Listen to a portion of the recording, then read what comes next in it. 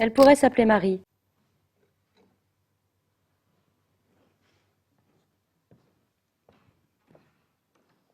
Elle aurait 10 ans.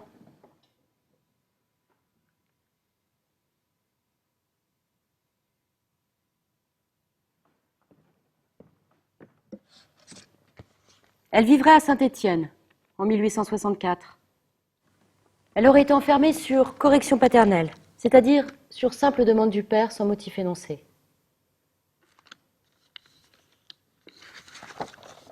Requête du père au président du tribunal, archives du tribunal civil de Saint-Étienne. Je viens, monsieur le procureur, vous prier de fermer ma petite, de manière à ce qu'elle puisse plus déranger. On contredit pas le chef de famille, elle m'a dit ma mère. Tu te rends compte qu'il tient sa journée pour toi, pour te nourrir? On peut pas faire ça. Elle m'a dit que j'avais été mauvaise. Que lui, il fait beaucoup pour nous. Moi, je suis pas sa vraie fille et il m'a reconnue. C'est gentil. Le procureur, il s'en fiche que c'est pas mon vrai père. Pour lui, c'est tout comme. C'est à mon grand regret que je vous fais cette demande. Je voulais pas le fâcher. Je voulais qu'il arrête de cogner sur maman. J'ai essayé de l'empêcher. Il s'est énervé, alors moi, je suis partie. Je suis partie chez Henriette. De toute façon, il n'y avait pas que lui qui voulait me corriger. Courrier des habitants d'un quartier de Saint-Étienne, archives du tribunal civil de Saint-Étienne. Les habitants du quartier neuf du Soleil vous prient humblement de faire arrêter cet enfant. Le lendemain, quand je suis revenue de ma fugue, il m'a dit, bah si moi je peux pas te dompter, c'est le juge qui va le faire. Et de la faire fermer Ça fait des mois que je suis là, j'ai même pas compté. pour qu'enfin, étant devenue meilleure, elle soit utile à la société. On doit travailler tous les jours. Moi, je veux juste savoir quand est-ce que je vais sortir. Au lieu d'en être le fléau. Je m'appelle Marie, j'ai 10 ans. Et je veux pas rentrer chez moi.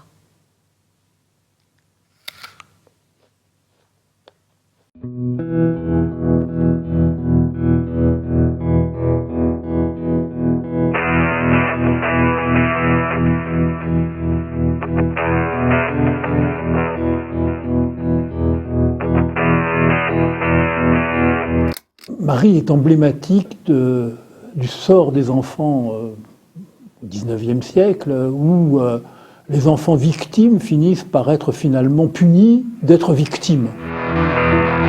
La correction paternelle, c'est pas comme on pourrait le penser, je sais pas, le droit de donner une fessée à ses enfants, ça c'est pas, non, c'est une disposition du Code civil de 1804 qui permet au père de famille, je dis bien au père de famille parce que ça peut pas être la mère, au père de famille de demander au juge civil, au président du tribunal d'arrondissement, l'incarcération de ses enfants. Ce que le Code dit, c'est qu'un père qui a de graves raisons de mécontentement sur la conduite de ses enfants peut demander cette mesure de correction paternelle. Mais ces graves raisons, elles sont totalement, elles dépendent de lui. Le juge n'a pas à les examiner. Hein. Il suffit donc qu'il dise qu'il est mécontent de la conduite de ses enfants. Il y a un obstacle à l'utilisation par les classes populaires, dans un premier temps, de cette mesure de correction paternelle. Car la garde, les frais de garde et de nourriture sont à la charge du père. En 1885, un arrêté permettra que ce soit l'État qui prenne en charge les corrections paternelles pour les pauvres ou les indigents.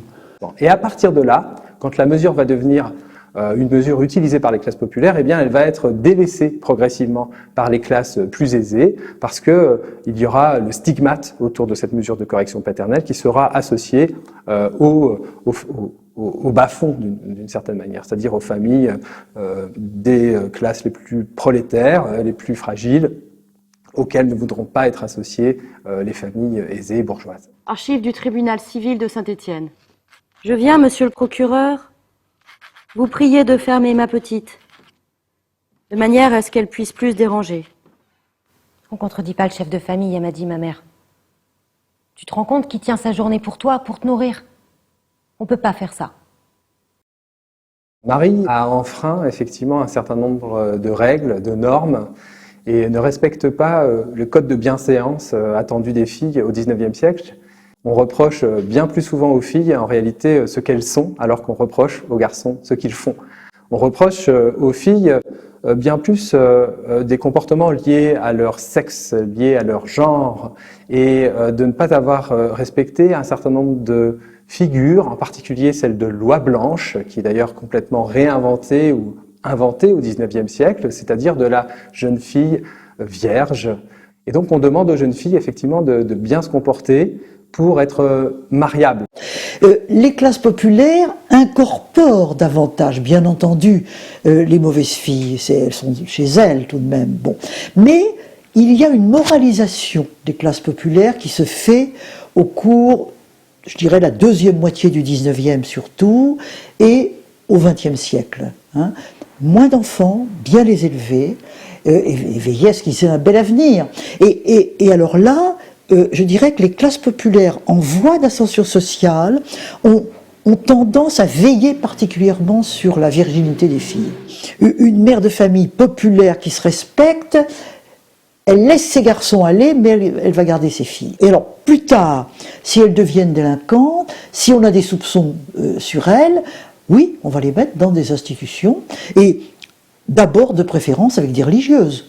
Le mode de placement quasi exclusif au XIXe siècle pour les jeunes filles, c'est le placement en institution.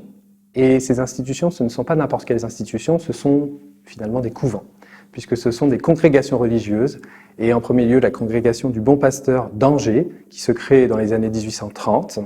Alors un Bon Pasteur, c'est un couvent, mais c'est aussi une usine d'une certaine manière, puisqu'on y travaille beaucoup, selon là aussi des normes de genre très fortes, puisque ces jeunes filles font principalement de la blanchisserie au XIXe siècle, ce qui est une façon d'ailleurs de rentabiliser cette opération pour la congrégation du Bon Pasteur.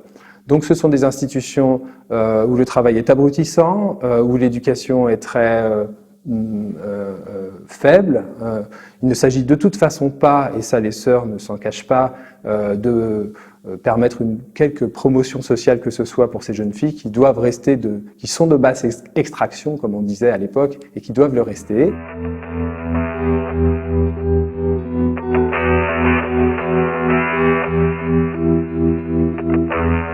Et puis, ce sont des institutions religieuses, au final, dans lesquelles l'éducation morale, extrêmement culpabilisante, avec cette tendance du catholicisme qui n'est pas du tout la tendance du catholicisme social, mais au contraire une tendance ultramontaine, très traditionnaliste, stigmatisant le mauvais comportement, ou en tout cas suspectant les filles en permanence d'être vénales, est omniprésent. Et on apprend finalement dans ces institutions aux filles à se détester elles-mêmes et à détester leur sexe. Les mauvaises filles sont surveillées, contrôlées, notamment dans leur corps, parce que leur corps c'est la sexualité. Et ce que on redoute au fond le plus dans les mauvaises filles, c'est la sexualité. Il y a toujours cette idée qu'elles vont gagner leur argent, en somme, par le corps et par la sexualité. Le lendemain, quand je suis revenue de ma fugue, il m'a dit « Bah si moi je peux pas te dompter, c'est le juge qui va le faire. Et de l'affaire fermée, » Ça fait des mois que je suis là, j'ai même pas compté. pour qu'enfin, étant devenue meilleure, elle soit utile à la société. On doit travailler tous les jours. Dès la fin du XIXe siècle, il y a une volonté de tirer vers l'éducatif cette mesure. Cette volonté se heurte à un problème qui est l'état des établissements auxquels on peut confier les jeunes filles. C'est-à-dire qu'ils sont beaucoup plus disciplinaires, répressifs qu'éducatifs. Ils n'ont d'éducatif que le nom. Donc ça se heurte à ce problème. Alors à partir de la fin du 19e siècle, les années 1880, avec le mouvement anticlérical qui est assez fort au début de la Troisième République, la congrégation du Bon Pasteur et un certain nombre d'autres, comme celle du Refuge, vont être sur une position de repli progressif, ce qui va inviter l'État à créer des écoles de préservation, c'est leur nom. Ce sont des écoles publiques qui accueillent les filles selon des modalités finalement qui seront très proches de celles des institutions religieuses, c'est-à-dire la claustration, la pénitence, la rééducation morale, le travail et l'absence, quasi-absence en tout cas jusqu'au milieu du XXe siècle, de toute forme d'éducation, en tout cas de promotion sociale. Le procureur, il s'en fiche que c'est pas mon vrai père. Pour lui, c'est tout comme. Je voulais qu'il arrête de cogner sur maman. J'ai essayé de l'empêcher, il s'est énervé, alors moi je suis partie. Bon, on voit bien que Marie, elle est victime d'un ordre social, c'est une fille des classes populaires, elle est victime d'un ordre patriarcal, puisque son père fait la loi à la maison et l'envoie finalement dans une institution qui est celle de la Providence. Et en même temps, eh bien, on voit bien que son père est lui-même un dominé, hein, qu'il fait partie justement de ces ouvriers qui vivent, comme on dit au XIXe siècle, au jour la journée, extrêmement précaire, qu'il essaye de s'en sortir, qu'il est quotidiennement humilié dans son travail, dans l'espace public et dans l'ordre social, tout simplement. C'est un vil prolétaire, comme on dit au XIXe siècle, et quelque part, la seule façon qu'il a peut-être de réaffirmer son autorité, sa dignité en tant qu'homme, selon là aussi un stéréotype très genré, dont il n'est pas le seul responsable, c'est de réaffirmer son autorité, y compris en faisant à la maison, hein, dans la famille, y compris en faisant pleuvoir les coups hein, sur sa femme et sur ses enfants. Et donc j'ai trouvé que c'était à la fois assez touchant hein, d'un point de vue du ressenti, et en même temps que ça disait des choses de ce qu'on appelle aujourd'hui en sciences sociales l'intersectionnalité, c'est-à-dire qu'il y a une double domination dans le cas de Marie, à la fois de genre, mais aussi de classe, et c'est pas si simple que ça d'analyser ce qui se passe au croisement de la domination de genre et de la domination de classe. Je m'appelle Marie, j'ai 10 ans. Et je veux pas rentrer chez moi.